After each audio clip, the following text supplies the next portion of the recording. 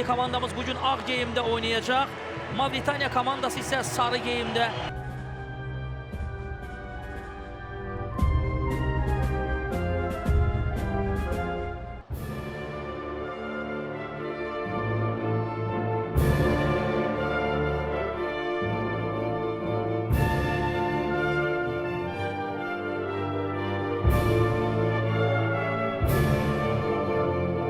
Beləliklə oyun başladı. Uğurlar millimizə.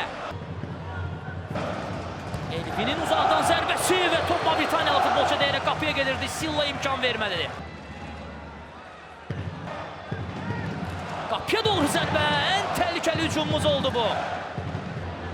Qayda pozuntusu yox. Hakim bildirir ki, oynamaq olar. Təmkin Xəlilzadə topladı. Məhəmməd Xəlilov. Xəlilovun zərbəsi top qapının yanından keçir yenə. Və beləcə hakim ilk yarını bitirir. İkinci hissəyə Mavritaniya futbolçulara başlayır.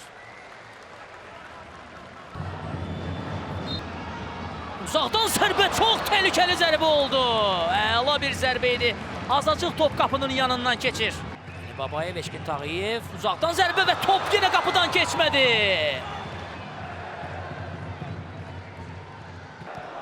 Elvin Əlizadə yaxşı gördü komanda yoldaşını və Brahim Silla. Brahim Silla yaxşı oynayır. Vüsal İsayev, Vüsal İsayev, Vüsal İsayev. Top qapıdan keçməlidir və gol! Gol!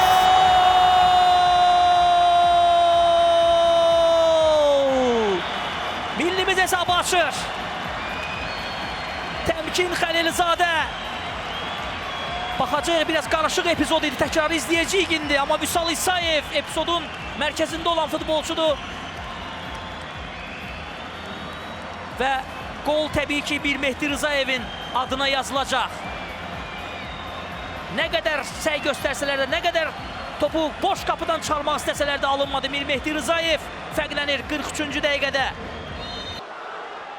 Vüsal İsayev, uzaqdan zərbə və Silla.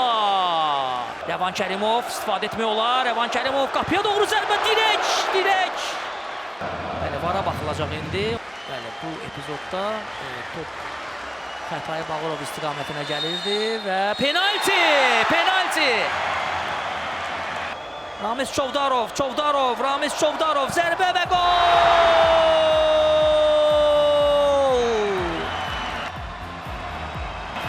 2-0. Artırma dəqiqələrində.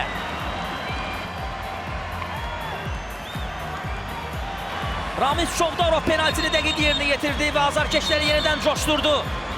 2-0 millimiz öndə. Qapısını əla aldatdı 7 nömrəli futbolçumuz.